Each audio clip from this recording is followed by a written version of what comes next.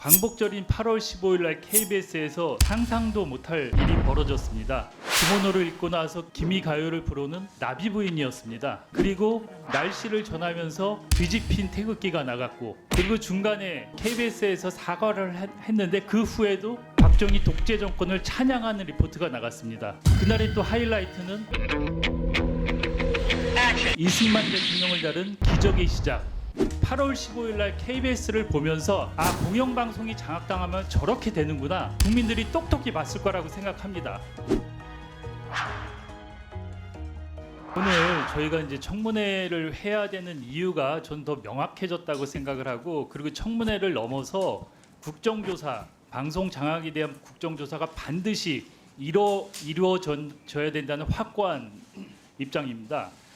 우선 저는 지난 8월 15일 날 광복절 날 KBS에서 벌어진 KBS 사태, 전 광복절 KBS 사태라고 이걸 명칭하고 싶은데요.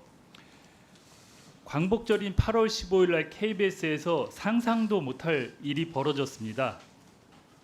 일단 KBS가 8월 15일 날 0시에 첫 편성한 프로그램이 기모노를 입고 나서 기미가요를 부르는 나비 부인이었습니다.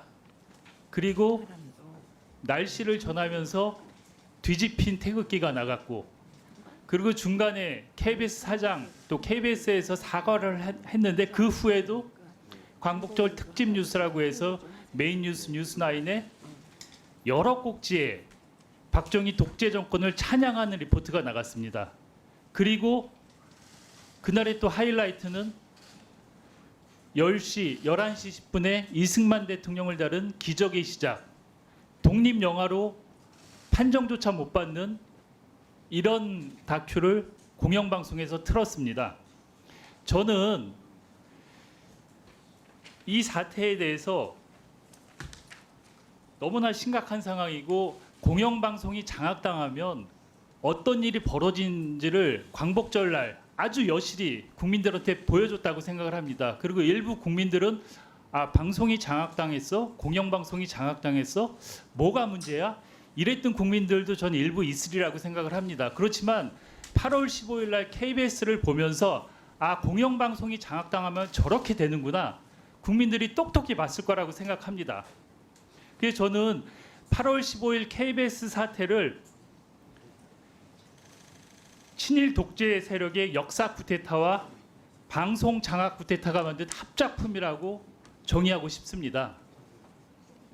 그동안 독립기념관장 그리고 과거사위원장 여러 사람을 아주 극우적인 인사로 채웠지 않습니까? 그리고 광복절 행사가 두쪽 나는 그런 일이 벌어졌고, 그게 방송 장악과 결합돼서 8월 15일 날 KBS 사태가 그 절정판이라고 생각을 합니다.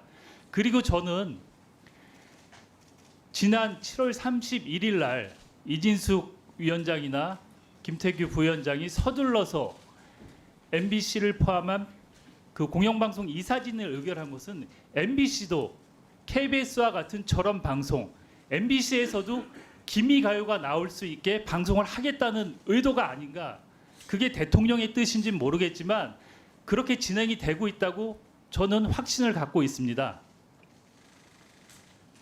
그래서 저는 이런 심각한 상황에 대해서, 그리고 저는 지난번에도 얘기했지만 작년 5월 10일 날 윤석열 대통령이 한상혁 방통위원장을 면직하면서부터 공영방송 장악이 시작됐고, 그 결과의 결정물이 8월 15일 날 광복절 날 KBS 사태라고 정의를 하고 싶습니다. 그리고 저는 그 마지막인 MBC 장악에 대해서 지난번에 누누이 말씀을 드렸지만 여러 가지 문제점이 있습니다. 그건 좀 이따 지적을 하겠습니다. 그리고 저는 오늘 이 청문회에 이진숙 증인하고 김태규 증인이 안 나왔는데, 이진숙 증인이 지금 뭐라고 표현해야 될지 모르겠지만 월간조선에 아주 길게 인터뷰를 했어요. 여러 가지 내용을 갖고. 그리고 저번에 2차 청문회에 출석했을 때는 뭐 자기가 답변할 수 없다, 다 이렇게 얘기하고, 월간조선 인터뷰에서는 또 여러 가지를 얘기했어요. 그리고 월간조선 인터뷰에서 정말 충격적인 내용이 뭐냐면,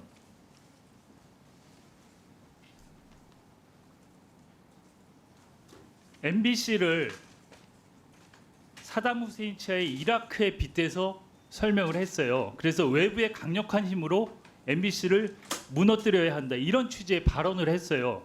그것도 지금 직무 정지 중이지만 방통위원장이 그런 얘기를 했어요. 방통위원장이 방송의 독립성을 지켜내야 할 방통위원장이 특정사에 대해서 외부의 힘으로 무너뜨려야 된다. 그리고 그걸 사담 후세인의 이라크에 비유를 하면서 얘기를 했어요. 자기가 종군 기자 출신이라 그런지 몰라도. 그러면서 MBC는 내부의 자정 능력을 기대할 수 없기 때문에 외부의 강력한 힘으로 무너뜨려야 한다. 전 외부의 강력한 힘이 무엇인지 모르겠어요. 그게 뭐 대통령의 힘인지 방통위원장의 힘인지 모르겠지만 저는 그 방통위원장이 이런 발상을 하는 것 자체가 저는 충분한 탄핵 사유라고 생각을 합니다. 그래서 저는 지난해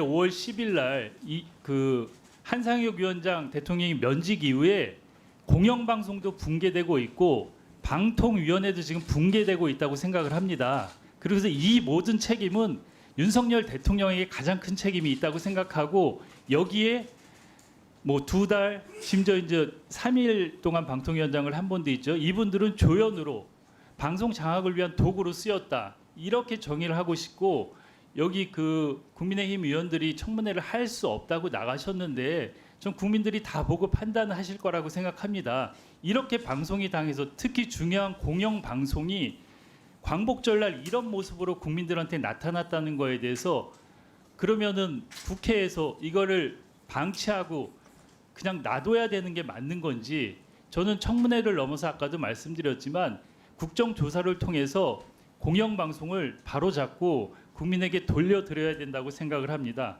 다음 PPT 보시죠.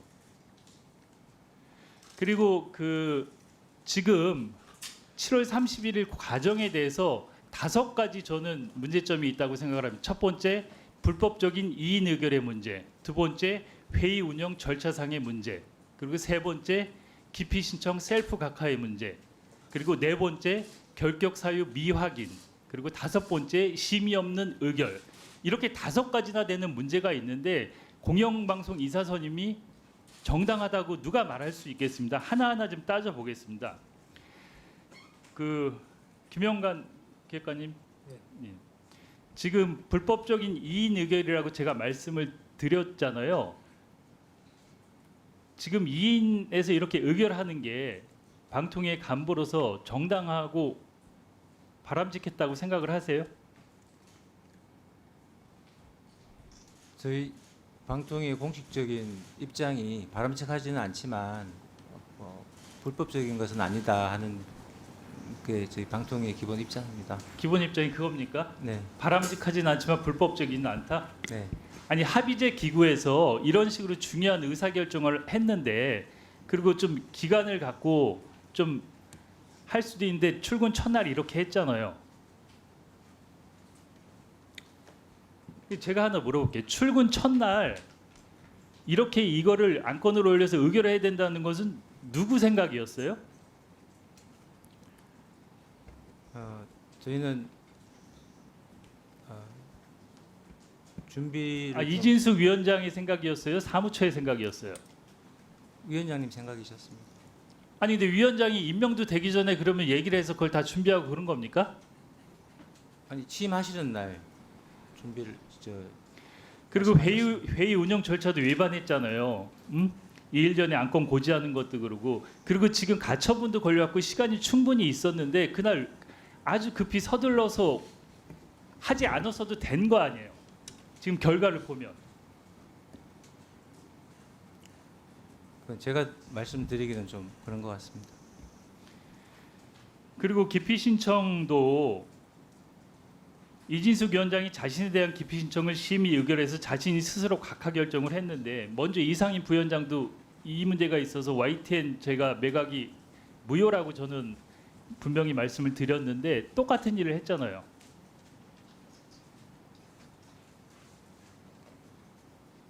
그리고 결격 사유 미확인은 지난번에 그 노정면 위원께서 당적 확인 문제 분명히 문제가 있고 확인 안 한 게 드러났잖아요. 이건 아주 심각한 사안이에요.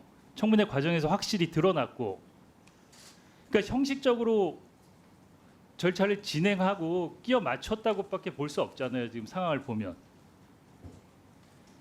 그리고 또 1시간 반 만에 83명을 심의 의결했다는데 심의한 근거가 하나도 없잖아요. 심의한 근거를 하나도 자료로나 답변으로 하나도 증명해내지 못했잖아요. 지금 청문회 과정에서. 그렇지 않습니까? 그래서 저는 이 7월 31일은 모든 게 일본이고 무효라고 생각을 해요. 그래서 7월 31일 날 공영방송 이사선임은 원천 무효고 다시 방통위원회를 구성해서 다시 제대로 구성해서 다시 심의 의결을 해야 된다는 게 저의 확고한 입장입니다. 예, 예,